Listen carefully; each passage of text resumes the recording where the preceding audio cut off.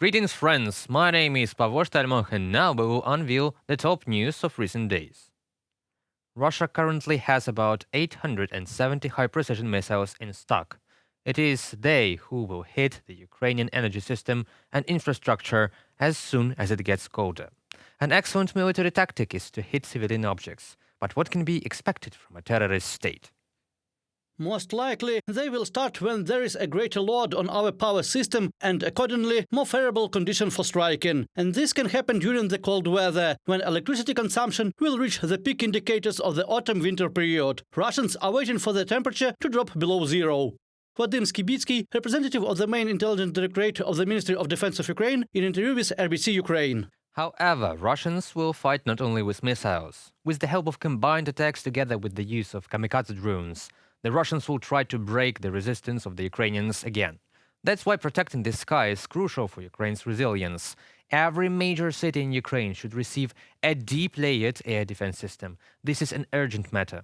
As before, Russia is attacking Ukraine's port infrastructure, hoping to prevent the export of Ukrainian food commodities. As a result of the night attack on Monday night, the historical building of the Art Museum in Odessa, another UNESCO World Heritage Site, was damaged by Russian barbarians.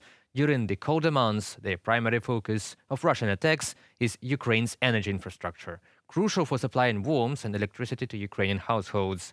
Warm weather in Ukraine does not contribute to Russian plans, so now the enemy uses mainly attack drones and accumulates missile reserves for the winter. Ukraine faces a significant delay in receiving the F-16 air defense supplies over a swift and practical solution.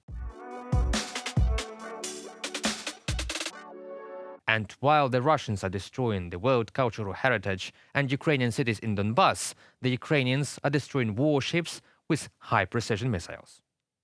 On Saturday, Ukraine's air forces made a precise missile strike with Scalp at the shipyard in the temporarily occupied Kerch area.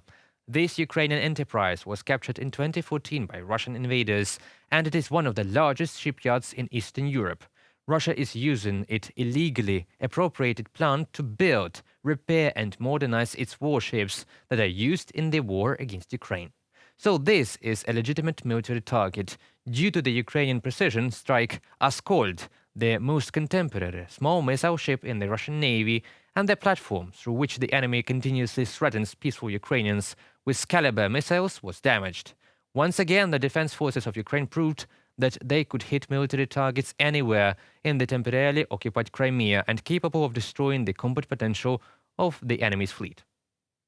As for the attack on the Kerch shipyard, the consequences have not yet been fully explored, but we are talking about the fact that the blow was powerful, successful, absolutely legal, since these are the means that ensure the combat capability of the enemy. But according to the pictures we have seen beforehand, the damage is quite significant. This means that in the near future this missile carrier will not join the service unequivocally. Natalia Gumenyuk, head of the Joint Coordination Press Center of the Defense Forces of the South of Ukraine, on the air of the Ukrainian National Telethon. Western weapons have proven their effectiveness, but they are not enough to radically change the situation at the front. In addition to air-to-ground cruise missiles, the armed forces of Ukraine need more ATACMS ballistic missiles. Taking the side of the Hamas terrorists, Moscow expects to gain support in the global south region, primarily among Muslim countries. The Kremlin is a fake friend of Muslim. Their rhetoric today is directed against the West, not in defense of Palestine. Russians kill tens of thousands of Muslims, helping Assad's Alawite regime suppress their people's revolution. Russian aircraft destroyed entire cities in Syria, and it was Russia that contributed to the massacre in Aleppo.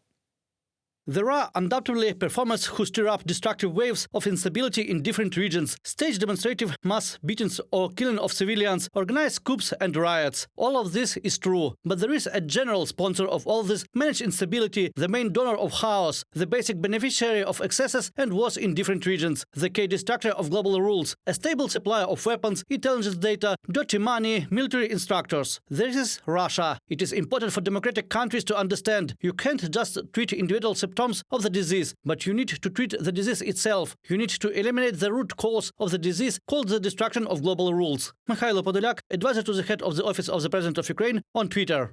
Russia unleashed 2 bloody wars against Chechnya and brutally persecuted Muslims in the North Caucasus. Using a stigma of individual of Caucasian nationality, the Russian authorities and the media legitimized discrimination against Muslims on the territory of the Russian Federation. The difference in attitudes towards Muslims between Kiev and Moscow was evident after the Russian invasion began in 2014. Invaders massively persecuted Crimean Muslims, unlawfully arrested and unreasonably sentenced to inadequately long terms of imprisonment only for their religious beliefs and opposition to occupation. That concludes our today's video. Thank you for watching and stay updated. Subscribe to our UATV English channel for more news from Ukraine. Your support is that really matters. Goodbye.